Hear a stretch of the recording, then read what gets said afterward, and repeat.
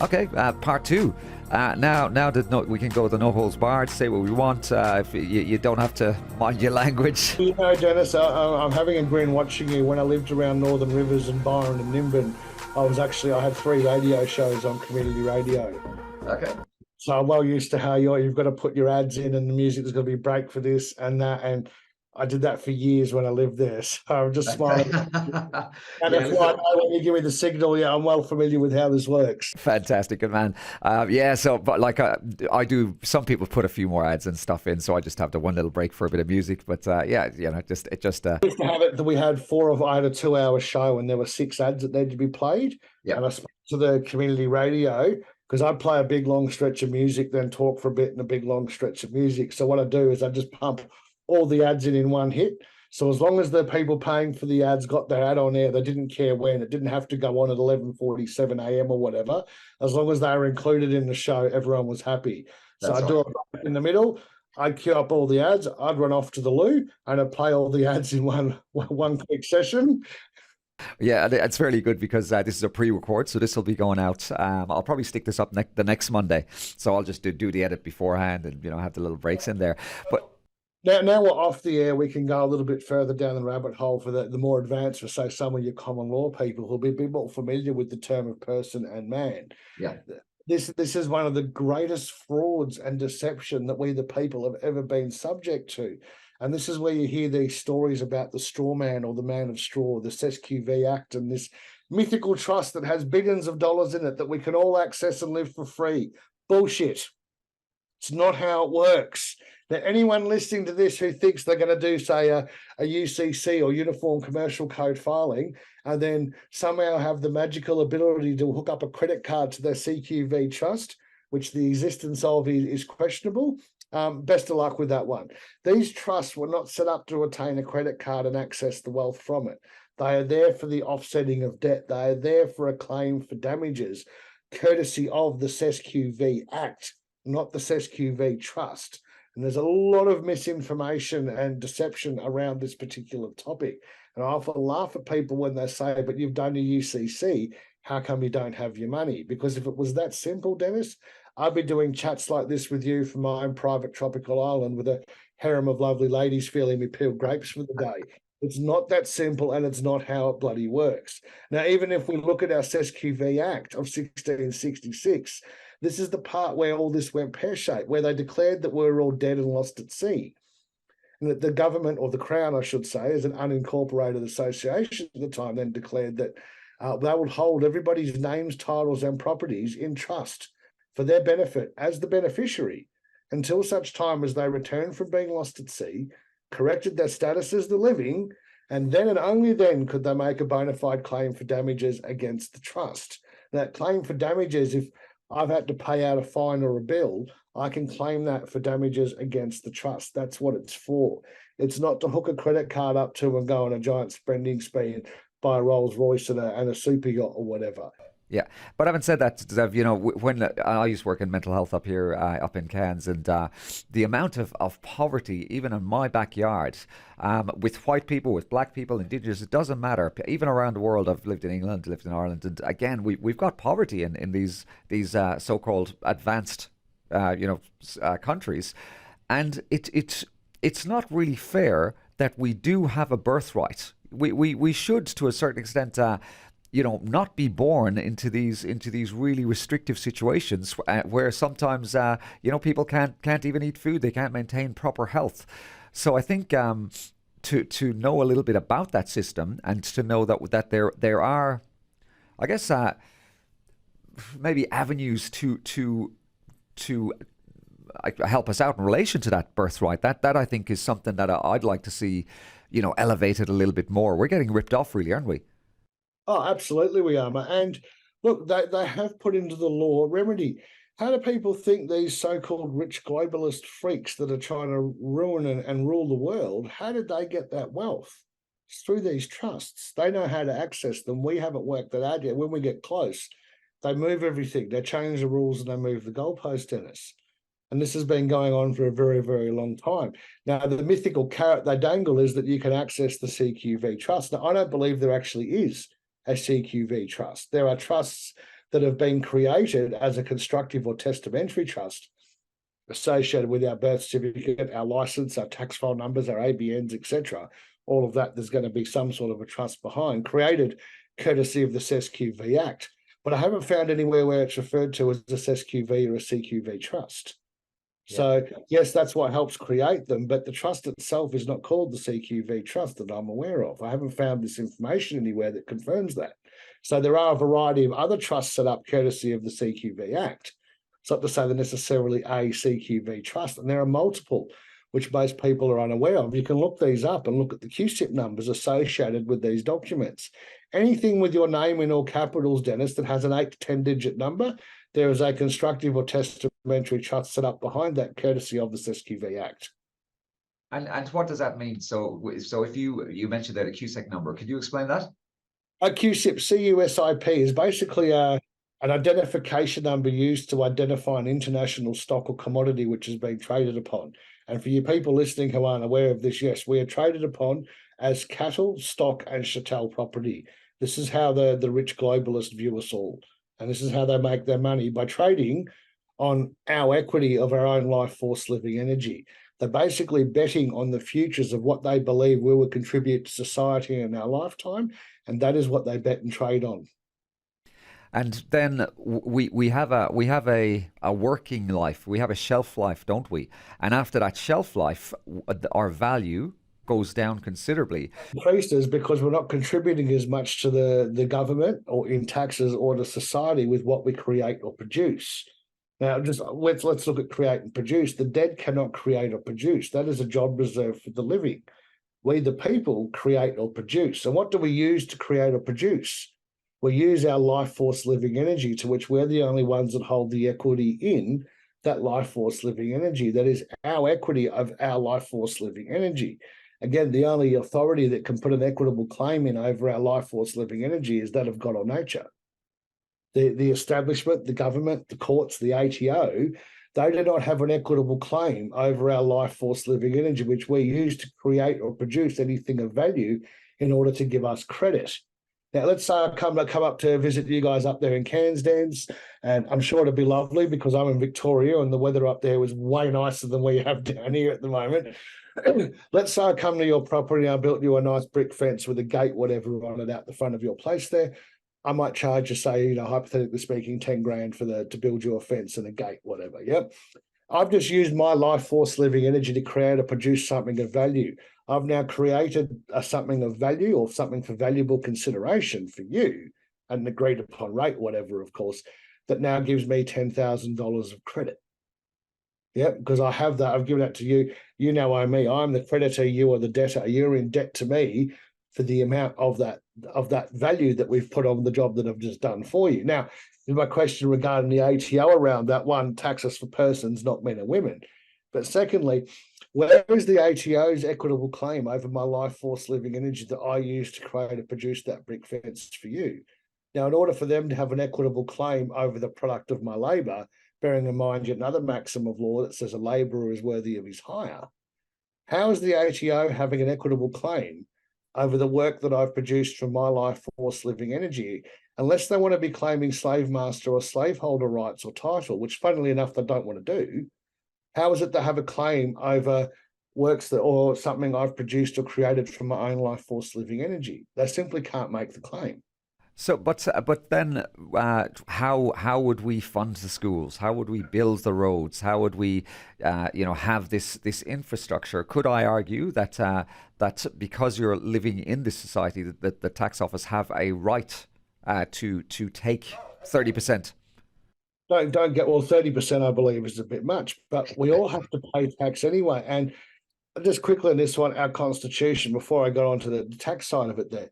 The Constitution is not where we, the Australian people, get our rights from. Again, our rights come from God or nature. They're your God-given or your birthrights or your natural-born inalienable rights.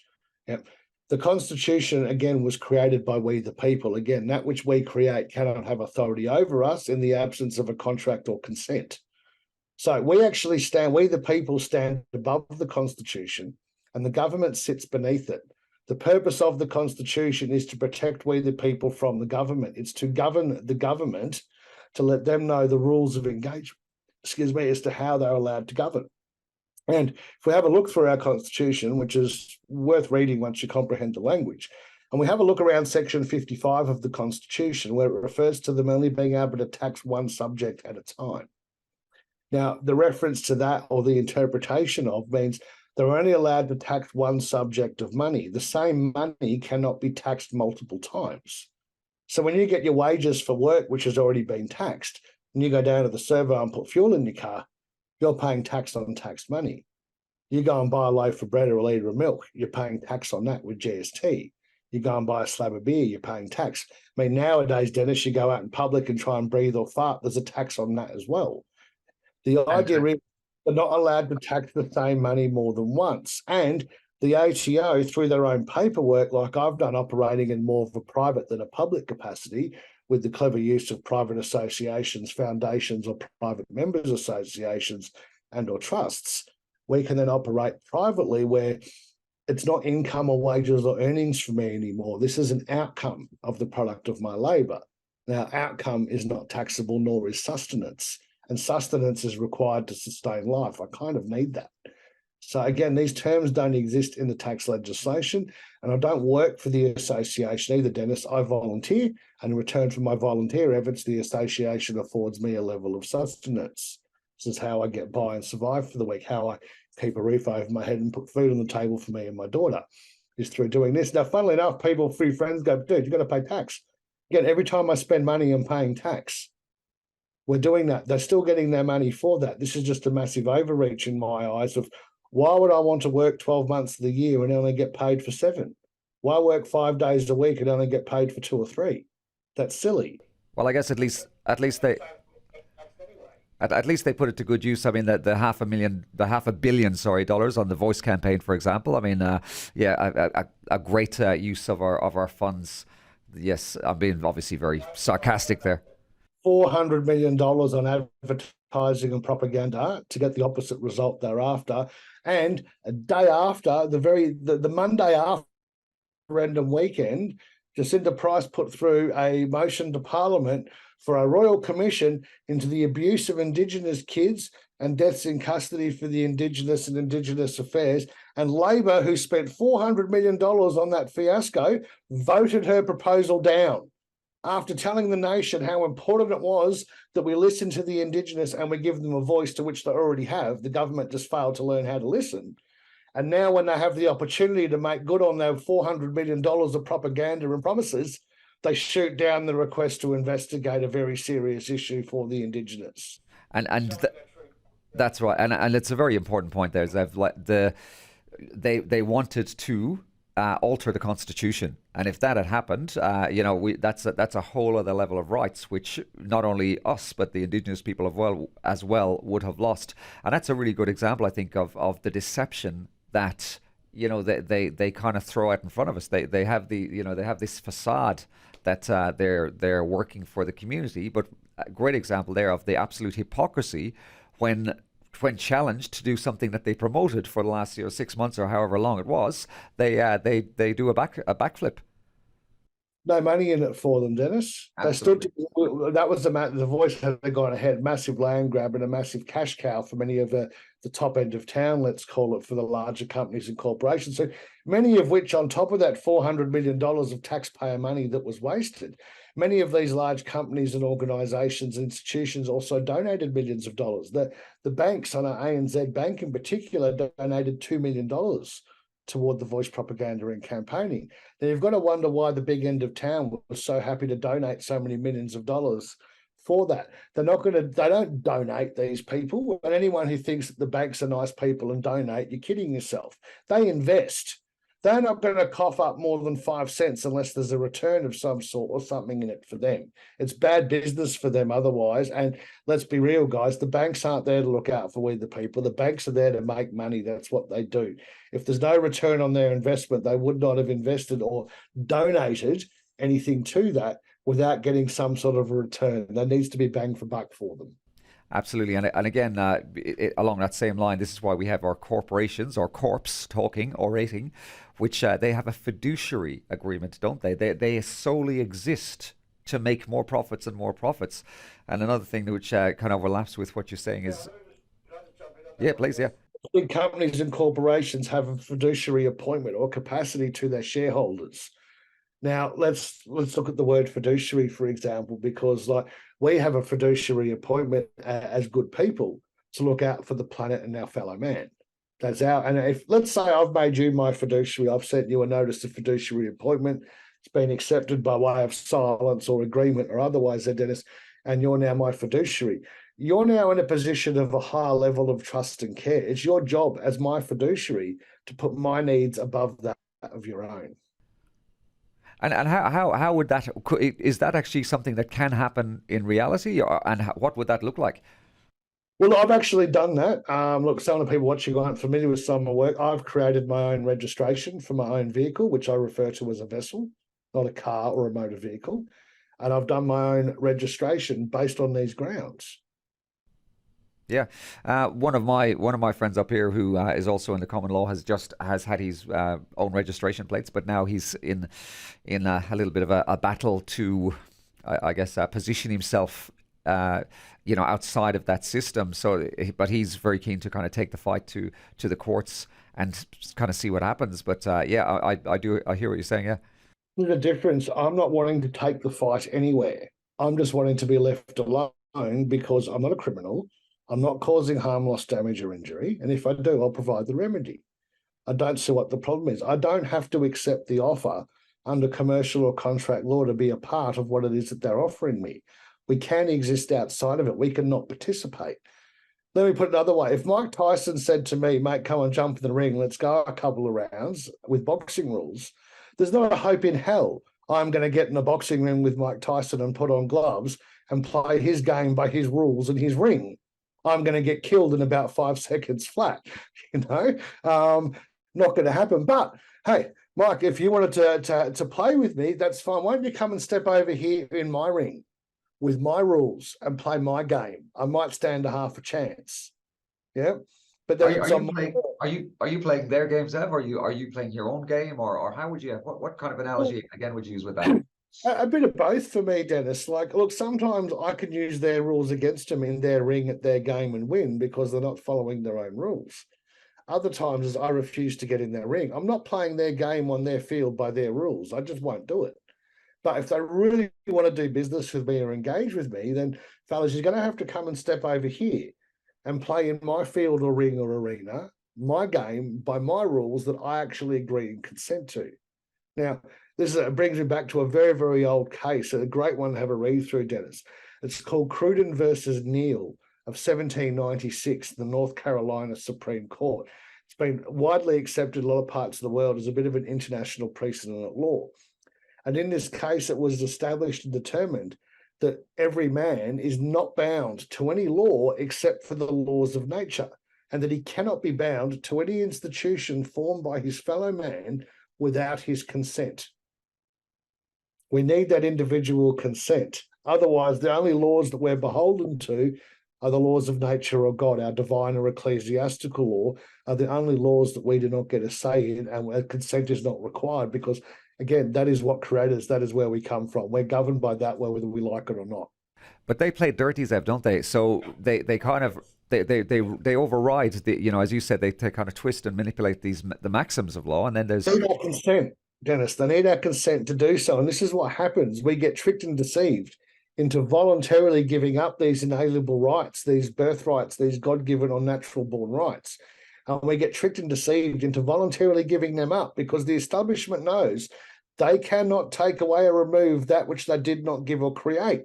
So in order to remove those rights, we must be tricked and deceived to voluntarily give them up.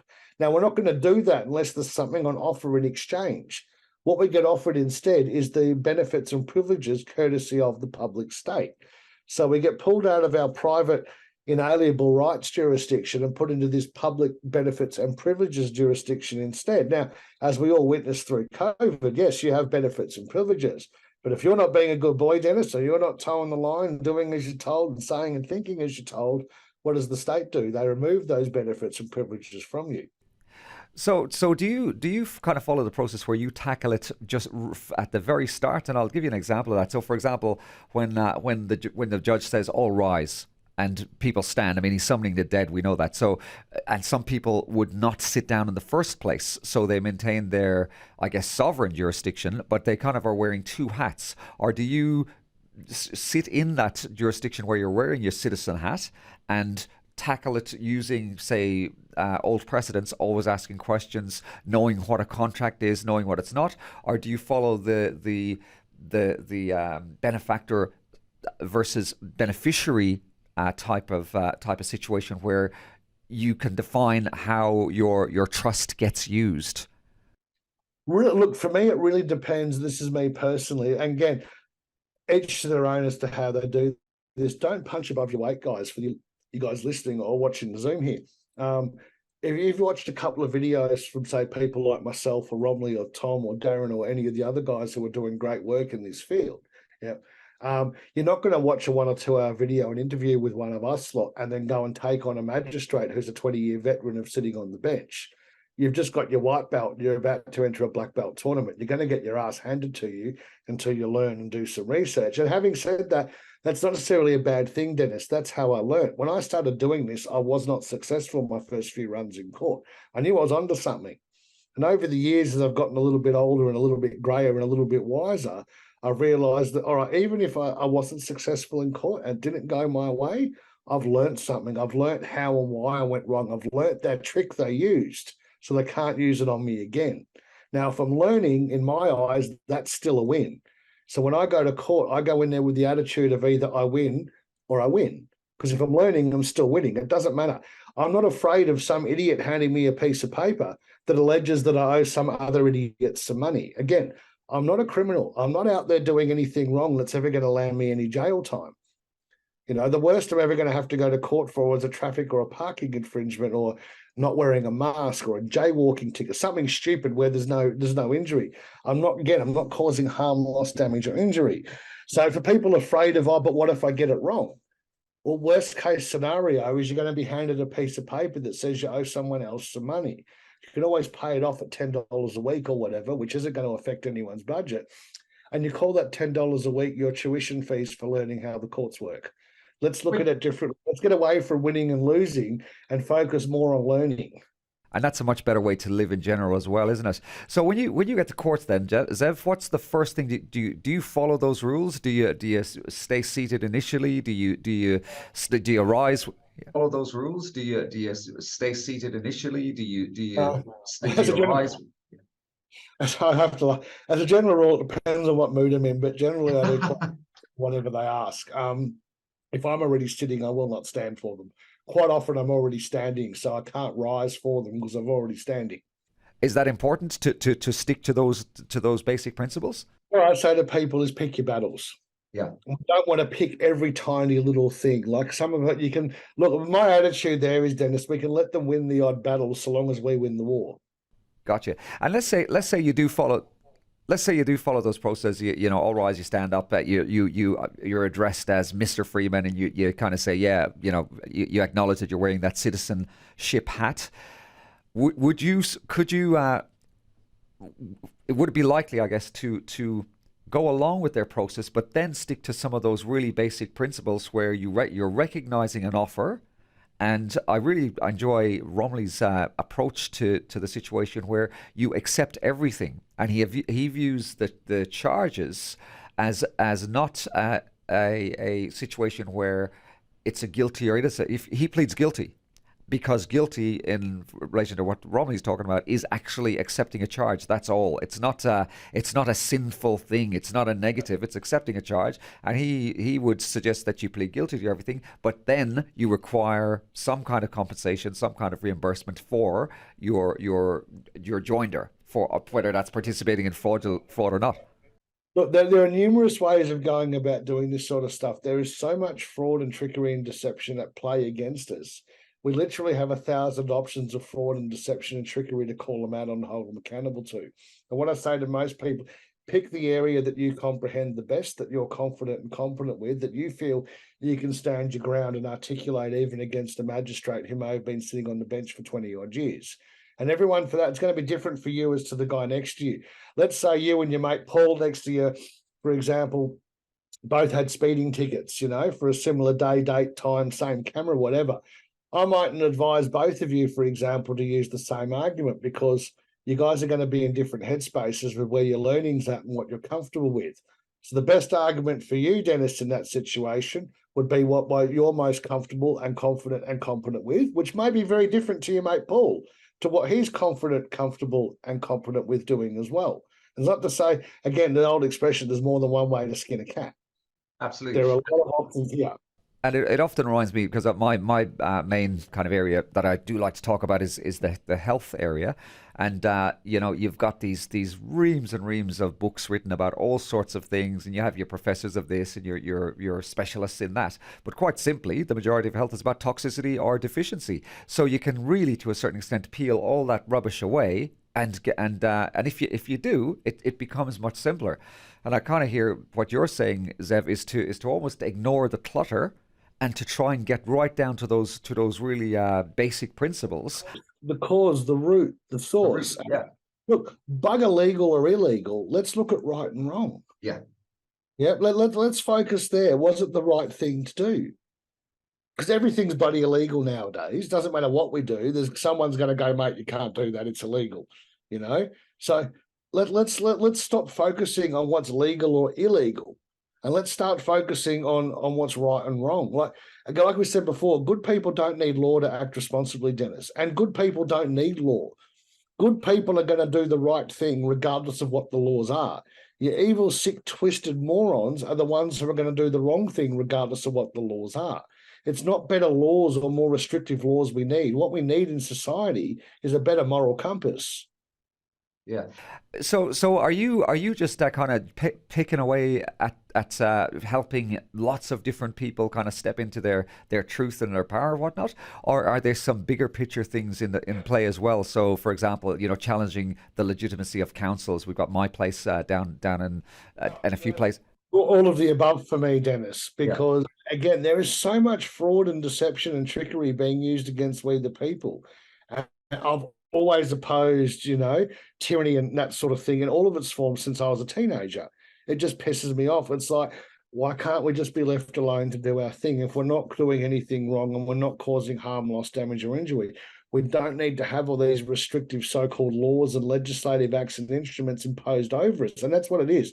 It's an imposition. It's an obligation that is implied in the absence of consent or a valid contract. We never agreed to that, and we have the right to choose how we are going to be governed and what laws we are going to consent to being held under. This is the beauty of things like a private members association, which we'll have out next week from Warrior at Law, where I've found some of these loopholes in our Australian and Commonwealth law, for example, Dennis, that recognise under international law and international law standards, principles and treaties that the Commonwealth cannot impose its laws over us without our consent.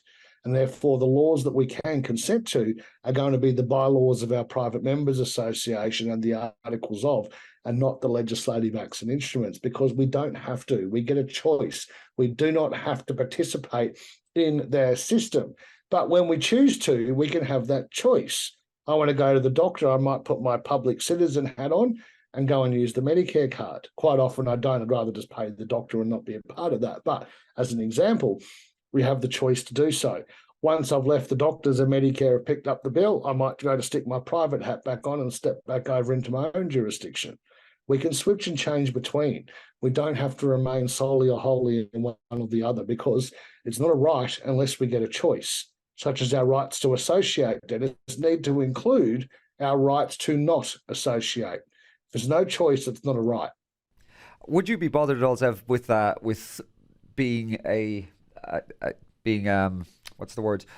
Being on the other side of the war. So in other words, military law, being on the other side of military law, where they could decide that you are at war with them and use the Lieber Code, for example, and shoot you in the head. Does that have any? Look, the only way they're going to stop me, Dennis, is quite literally to put a bullet in me or lock me up for life. But again, I haven't done the wrong thing, so I'm not concerned about that happening to me. And if the military were to approach me like that, I'd still have the option to defend myself and or create some sort of a contract or a treaty with them so that wouldn't occur. Yeah, because we had that incident. The name escapes me. Of those, the trains. I think that family who were shot fairly recently in Australia, and I mean, that's got all the signs of them, of the system, I guess, thinking that they stepped in too far and they were taken out because of it. Look, again, I wasn't there to be able to comment on that. There's a lot of interjection and, dare I say it, conspiracy surrounding that particular matter as to what exactly occurred and who and what was responsible and why all that happened. I wasn't there and I haven't looked into it too much to comment on that, but a good example of how there'll be an event or an incident that occurs and our government and the media will tell us that was due to A, B, and C, when in actual fact it occurred due to X, Y, and Z. That's right. Yeah, and there's a huge. I mean, where do you see us going, Zev? We've got these fights on these local fronts. We're getting. I mean, Cairns is getting crazy. There are cameras in every corner, even up the range here. We went up there the other day, and probably about every 250 meters there's cameras either side of the hill up to the tablelands. But there's a bigger picture as well, isn't it? Where I don't they've done the whole COVID thing on us, and I don't think this is they're not going to leave it there. There's something else big coming, I think. Well, look, I see COVID as a test, if you like, Dennis. I described the COVID couple of years that we had there as an IQ test that most people failed. Because how anyone was able to believe the hypocrisy and the double standards that we were being told, some of the most stupid things I've ever heard in my life. And we were told that the science says so, trust the science. Now, my favorite one of them was can't get you when you're eating, so you can take your mask off to eat. And somehow the virus knows when you're eating and when you're not eating to leave you alone, because we all know the masks do fuck all. So let's look at that one. Then we had, if you're out in the pub, you couldn't stand up and drink your beer. You had to sit down and drink your beer because if you stood up, COVID would get you. Was the biggest load of crap I've ever heard. How the hell does a virus know whether you're sitting or standing? For it to be, it's only safe to drink your beer when you're sitting down. And on this note, just quickly, Dennis, when the Ukraine-Russia, another nice little psyop and IQ test for everybody, another massive mess that was, again, quite the opposite, or at least nothing like what we're told that was about. We had all these people on social media doing their virtue signaling, putting their blue and yellow colours up over their thing, saying that we should stand up for the rights of those in Ukraine. These are the same spineless wankers who couldn't even have the balls to stand up and drink a beer in their own friggin' pub, now want to champion the human rights of others on the other side of the world when they didn't have the spine of the balls to be able to stand up and drink a beer in their own friggin' pub. Are you kidding me? I know I went places and they said, mate, if you don't sit down, we're going to have to ask you to leave. I'd finish the beer and leave. I was just like, please explain to me the science of how that works. And you're telling me I can't stand up and drink my beer? I just laughed at them. What a psyop! I mean, the same thing happened here. I refused to put a mask on anywhere in Cairns, and I was asked to leave a few places as well. But the people on the other side of that, they were militant about enforcing that without any good logic behind it. It was a great case of brainwashing, wasn't it? As we discussed before, proof of claim. Yeah. Proof. There was none. Oh, but they said so you have to.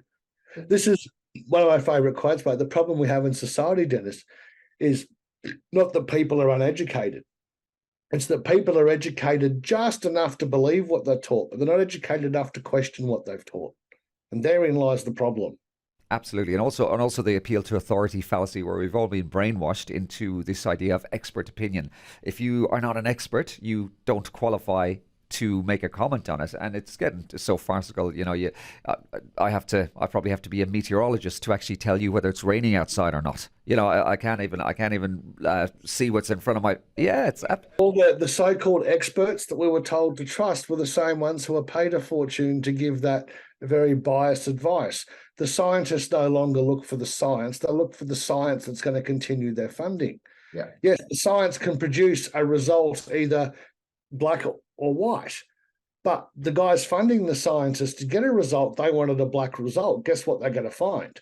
They're going to find the result that says it's black. Now, if they had said, look, here's the money, do some research, let us know your findings, we're curious, hey, they would have gone, you know what, actually, fellas, you may have got that wrong. Turns out it was white. But because the funding said we wanted this result, that's what they got. Definitely.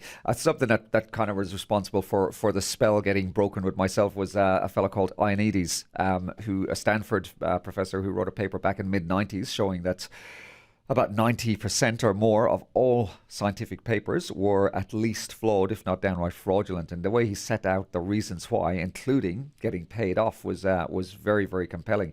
And that's just anybody have a read of that one. It's basic for anything in the science medical. If you want the funding, the guys funding you want a favourable result. So they will fund that favourable result until you find the science that favours our results. Now, what we've had through COVID and with the voice and various other nefarious actions from governments, not just here, other parts of the world, this is exactly what they've gone about doing. It's fraud. And George Orwell speaks of this in his book of 1984, which, again, for people listening, guys, that was written as a warning, not a playbook or a guidebook of how to. That book was done as a warning. And he speaks about it in there and says that when the establishment and the thought police, when they're fraud, the only two things they rely upon for enforcement here in order to do that, Dennis, is fraud and force. And when the fraud is exposed, it's only the force they have left. And that's pretty much where we're at nowadays. This fraud has been exposed over COVID times. The only thing they have left to rely upon is force. It's like they have no right, so they rely upon might instead. I'd see Orwell's book more as disclosure, and again, it's back to what you were talking about before, Zev, of its tacit agreement. They're telling us what's in store for us, and most people think, oh yeah, this is just a novel. In fact, you know, they're spelling it out for us, and if we don't stand up and do something about it, we're actually agreeing to it. And that's why I really enjoy having chats to people like yourself, because what you're doing is really important to breaking the spell, which we're sitting under an illusion, and by pointing out some of these basic things and making people think, hopefully we can get a groundswell, I think, of people who start breaking more and more spells for other people. Little Dennis, how I explain to people is, look, one, don't accept the offer. And look, the first rule of business, don't accept the first offer. Let's say I'm coming to buy a car for you, you're selling for, say, $5,000, I'll offer you 4. You're not going to take that first offer because you know if you say no, I'm going to come back with a better offer if I want the car. So we don't have to accept the offer. I might offer you $2,000 for your $5,000 car, and you're going to laugh at me and go, "No, mate, I'm not accepting that offer." I might come back and offer you $3,000. You might still go, you're going to have to do better. I need to make an offer that you're going to accept. If you won't accept the offer, you won't participate in the business I'm attempting to engage you in. The government works the same. These laws, legislative acts, instruments that we're told that we're beholden to and we're obligated to be bound to, we actually get the right to choose whether or not that is the case. We can choose whether or not we want to participate. Let's liken it to a boxing match or from my martial art training, Dennis. Someone's taking a swing at me, I can engage in fighting them and I can do all my fancy blocks and covers or whatever. What's wrong with just stepping out of the way? I'm not participating. I'm not engaging in that. I'm not there to take any harm, loss, damage, or injury. If I stand still and stay there, that punch could hit me and it could cause damage. Now, whether it's a punch or something from the legal world being thrown at me, why not just step out of the way, not engage with it, not participate, not be there, not be a part of it? We don't have to. We do get that choice.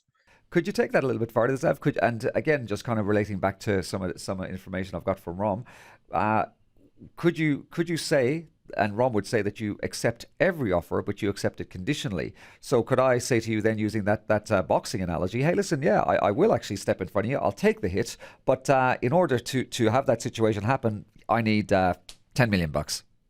Whatever it is, it's a conditional acceptance. So look, Romney's got his own way of doing it, and love his work. We're watching some of his stuff, as you know, he's been doing this for a very long time, like myself as well, and very onto it with what I often do for that is we'll conditionally accept your offer, but on our own terms and conditions. And when I say to police when they're trying to hand you a fine, for example, is I'm not accepting any offers to contract fellas, but I will accept your paperwork, conditionally as evidence of your fraud. And they usually pull it back and go, we don't want to give it to you now, mate, because it's going to use it as evidence of the fraud. But, well, hang on, mate, you offered me the paperwork. I said I'll accept it conditionally, not as an offer to contract or an admittance of guilt or that I consent doing business with you, but I will accept your paperwork on my terms and conditions as evidence of your fraud and nothing more. And are you then entering them into another contract, or other forms of joiner? You're kind of turning the tables? Well, you kind of are. You've made it very clear that you don't consent or agree to contracting or joinering with them. You're not accepting the paperwork as any form of consent to contract or joiner. But I will take it for evidence of the fraud you're attempting to commit or perpetrate against me. Thank you. It's a conditional acceptance. I said, yeah, we welcome it because it's evidence. We can use that against them. We're just not accepting it in the form of a contract. And we're going to make that clear to them that that's not what's going on. Okay. So in relation then to the area that you're working in, obviously there's a big focus on fines. Uh, there would be probably, as you mentioned before, contracts where people were treated unfairly, but there was a strong focus there on the tax office as well and their legitimacy. Would you suggest then, like some people do, that all tax is voluntary and that the tax office is actually not a legitimate organization? What would you? How would Well, you look, take that? let's look at the facts surrounding that, and I challenge anyone to prove me wrong. Show me the information or documentation where the Australian Taxation Office was ever legally gazetted as a legal entity as its inception in 1973. There's been multiple FOI requests by many people over the years. That documentation has not been able to be provided because it does not exist. So they are definitely not a legal entity, and they are certainly not part of the executive, legislative, or judiciary, being our only so-called legitimate three tiers of government. So yes, I would say the ATO are not a legitimate government or legal entity. They Should are an entity, they're a business and a company. I'm not saying they don't exist. They're not a valid business, company, or corporation, but their authority, legally speaking, that is highly questionable. should everybody challenge their tax? I mean, obviously you can't if you're working for the government and it's being taken out first, or should, or or would you? I've set up a private association for myself that I volunteer for. That private association can take on contracts. Let's say you had the ABC construction company. You might approach my XYZ private association and ask, can we do the work for you? Well, yes, we can. We'll send out our volunteers. And then the association would fulfill its contractual obligations or roles courtesy of its volunteers. Now, as volunteers, what they're receiving is outcome and sustenance. It's not income, it's not wages, it's not earnings. Therefore, it's not taxable. So that And changes. Sorry, is that? to do that, to make yourself exempt from tax, we actually use ATO paperwork to do so. They have the forms that give you the option to opt out, where it's called a statement by supplier. I think the forms are NAT 3346. I'm not 100% on the phone. I'm pretty sure that's what it is. It's called a statement of or by a supplier. And on the bottom, near the bottom left of that form, you can actually tick that depending on how your corporate entity is set up, that you're exempt from providing a tax file number or an ABN due to the nature of your business. And on the bottom of that form, it says, do not lodge this document with the ATO. They don't care. They don't want to know. Now, that's so that you can claim taxes. And people go, we can't do that because if I'm paying your wages, Dennis, I want to be able to claim what I've paid you in wages back on tax. Now, if it's not being paid in wages, it's done as contributions and sustenance and outcome to an association, I'm going to have a hard time claiming that back as tax unless you provide me with your statement of supplier, which I can then give to the accountant, and then whatever I've paid to you via the association can be written off for tax because we can show the ATO we've all done it above board and we've used their paperwork to do so. So why do they give us the option to opt out if it's not a lawful or legal option? So it's another example, really, of hoodwinking, isn't it? Just manipulating and turning and adding layers of confusion on top of things. Well, look, I talk about this a bit, Dennis. I call it tea coffee argument. Just because we're given options A and B doesn't mean there aren't other options available. Now, you've come to my house for a visit, whatever. You've come to enjoy the freezing cold, shitty weather in Melbourne, and you've come over here, and I'm being a nice and hospitable host, and I'm going to offer you a tea or a coffee.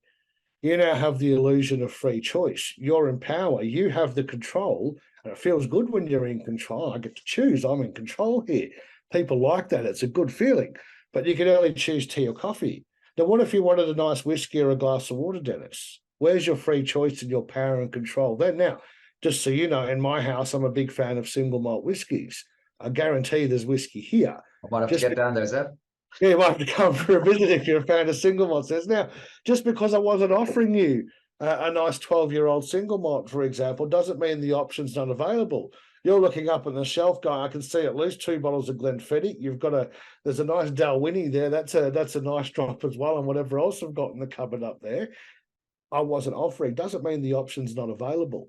And this is where the government, the ATO, the courts, the police are very good at this level of trickery of saying, no, mate, it's A or B, take your pick. Binary choice. Binary choice. And again, they condition us in schools with that, don't they? You got your tick boxes, and it can only be those four answers, nothing else outside. So they're indoctrinating us to just accept this limited choice. But I think you're spot on. There are way more choices. Now, if the government, let's say you've come to the government's house and they're offering you that tea or coffee, Dennis, I guarantee they've probably poisoned both the tea and coffee and not told you and said, pick one. They're both really shitty options for you. No matter how you go, you're going to get a drink full of poison anyway. So I'll take the filtered water or the nice single malt, thanks, that's not full of poison. Oh, we weren't offering that. Don't care what you're offering. I'm not accepting your offer. And this is where we create our own terms and conditions and our own options. There's nothing in the rules or the laws that says we're not entitled to these rights to other options or rights to remedy. And if the options being provided or offered don't give us the remedy we're looking for, then we need to look at and explore other options as to how we attain that. And when they're not on offer, we create them ourselves. Can you give me some examples of actual cases where you've had a bit of success using that strategy, just to put it into context, whether it's a fine or a tax or... Let's put an easy one. You go to court, for example, say for a traffic offence or something stupid like that, parking ticket, whatever it is, yep. And you go into court, they'll have the mention before the hearing, because the mention is when we determine, are you pleading guilty or not guilty? See, they've just given you the choice, Dennis. What do you want, A or B, guilty or not guilty? What about the third option or the fourth of no plea, or getting it adjourned, or having it appealed, or reviewed, or annulled?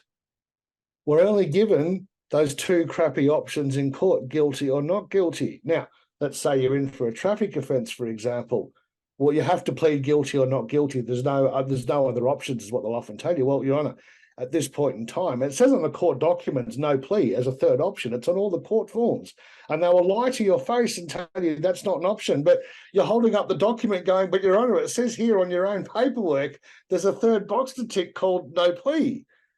I'm going with that option. They go, no, you can't. You have to go guilty or not guilty. Well, I'm unable to enter a plea at this point. I have to go with the plea of no plea and no plea taken, because I'm not currently in receipt of a brief of evidence. Now, only an idiot would enter a plea without being in receipt of the brief of evidence, because it's unclear to me and I'm unaware at this point in time what it is that I'm either agreeing to or contesting. Therefore, I can't take either option that you're offering of guilty or not guilty. I must go with an option of no plea until such time as I'm in receipt of a full and complete brief of evidence. So can the court, I'd like to respectfully request, for example, the court make orders for the prosecution to provide a full and complete brief of evidence with a minimum of 4 to 6 weeks prior to the next court date to allow time for legal advice and or representation. And for that complete brief of evidence to be including but not limited to any and all body-worn camera footage, witness statements, a full detailed explanation of the charges and sections of legislative instrument or acts that I've allegedly committed the offence under. And I'd also like for the brief of evidence to include the full details of the harm, loss, damage or injury to which I'm required to provide remedy to, and full details provided of the injured party making the claim. Now, this is great. They'll go, well, there is no injured party. It's a victimless crime. Now, a crime needs a victim. So if they're going to tell us it's a victimless crime, that's great. So I'm glad you agree it's a victimless crime, Your Honour. If there's no victim, there's no injured party. If there's no injured party, you're agreeing there's no harm, loss, damage or injury I'm required to provide remedy to, in which case there is no case to answer to. I'm not going to enter a plea of guilty, not guilty or no plea, because there is quite literally, by your own admission at this point, no case to answer to. There's the fourth option. We can create these other options when we do this, Dennis, by not accepting their offer. Does that work? Do the magistrates actually back off then, or the judges back off, or do they try to? I've had many a client that have helped with that one. 9 times out of 10, the matter is adjourned. Now, for traffic offences, like in New South Wales, for example, they go, oh, we're not required to give you a brief till the day of hearing. And I've looked at the prosecutor and said, what type of moron enters a plea in the absence of a brief of evidence? Mate, I don't know what I'm agreeing to or contesting. I'm not entering a plea, and until I have a brief, there's no case to answer to. I'll be maintaining with no plea until I'm in receipt of that brief, and I'm going to need a reasonable and appropriate amount of time to review the brief of evidence to see if I am agreeing or contesting it. Once I have the brief, I might agree and go, well, yeah, you've got me there. That's some pretty solid evidence. And yeah, I agree, I did actually do that. I'm not going to contest it. Now, if I get the brief of evidence and start laughing at it like I often do and go, boy, you boys are full of it, and you're just inventing stuff, to make it sound worse for me, well, I'm going to contest that, but I will accept the paperwork. But we don't accept the offer. We do it on our terms. So it's either a no plea or, this needs to be adjourned until we have the paperwork in order. I do not consent proceedings commencing until I have the brief. And I guess by the time you request those layers of evidence, if it's not a solid case, it becomes obvious that they don't really have a good case against you. So there's your way out. Would that be right? Proof of claim, absolutely, Dennis. If you can't provide proof of claim, you don't have a claim. Yeah, excellent. That's what it comes down to. If you've made the claim that I've damaged your car, you're going to have some proof. Did you see it happen? Was there a witness? How do you know it was me? Like, mate, I'm in Victoria. How did I travel 3,000 kilometres, damage your car, and get back home? I've got a pretty good chance of proving it wasn't me. I can prove that I was at home. Look, I had friends over that day. I've got a half a dozen witnesses. I was cooking the barbecue, whatever, and you're saying, no, you came up here and keyed my car or slashed my tyres or whatever. You've got to provide proof of that. Yeah. Put it back on them, whatever their claim is. And the way they do it in court, they flipped it. No, you've got to prove your innocence. You've got to show that you didn't do it. That's not how the law is set up. And this is what's implied, what's imposed upon us in court. And if we don't know any better, most people wouldn't think to argue with or question the magistrate and go, are you sure that's correct? I was always taught and led to believe that we're innocent until proven guilty. And isn't that the prosecution's job to prove our guilt, not mine to prove my innocence? And when you ask them, they'll go, well yes, that is a point. But they'll try and get around it. They'll always try and pull the fast one over you until you call them out. When you call them out, they'll often do yes, we've forgotten about that point. Thank you for reminding us. And they'll backtrack. They don't like to admit they're wrong, but they will backtrack if you make them do it. You're shining a light on the cockroaches, and you watch them scurry. Pigeons, same deal. When you're in court for that, they're wanting to push you. You've got a very pushy prosecutor. Usually, there's a massive conflict of interest in court because everyone in court and the police all get their paychecks from the state. They're all versus you. It's not absolutely.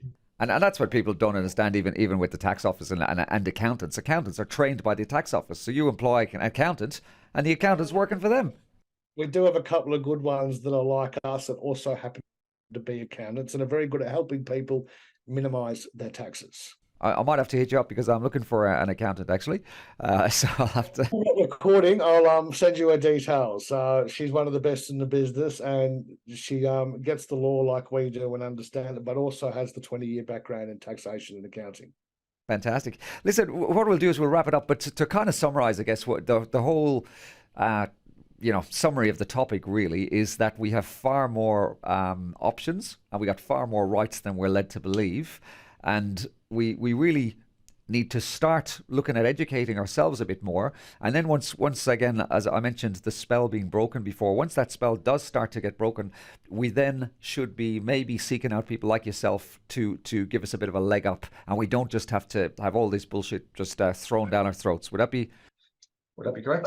Hang on, mate. There is always more options than are offered. We just don't know what they are. So if we don't know, create them. Come up with them yourself. Now, look, very good point, mate.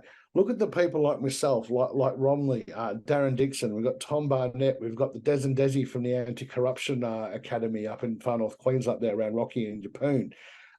There are some really, really good, honourable and talented people. We've got Stephen Limbury that runs the Limbury Law Solutions page, LORE. There are some great people around who have been doing this for 20 years plus that actually have that honour and integrity. We don't go ripping people off. We actually help them successfully. And having said that to the people watching, please be careful where you're getting your info and a lot of this from. There are a lot of conmen and shysters in this industry and arena who have some knowledge, but what they lack is the practical experience to apply that knowledge in a practical or successful or beneficial manner. And this is where people are coming undone. People have woken up and started learning this the last 3 or 4 years. They're charging people stupid amounts of money to supposedly help them.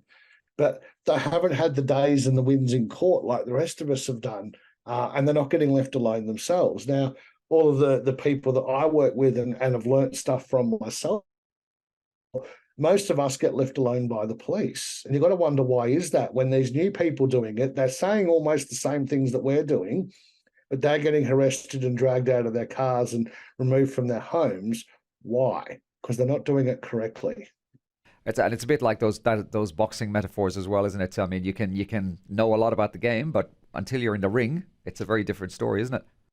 Yeah, look, don't punch above your weight, guys. Pick your battles, and if you've just got your white belt, don't go entering black belt tournaments. It's not going to go well for you, you know. So bear that. It's a big one. Pick your battles and don't punch above your weight. And once again, Zev, how can people get in touch with you?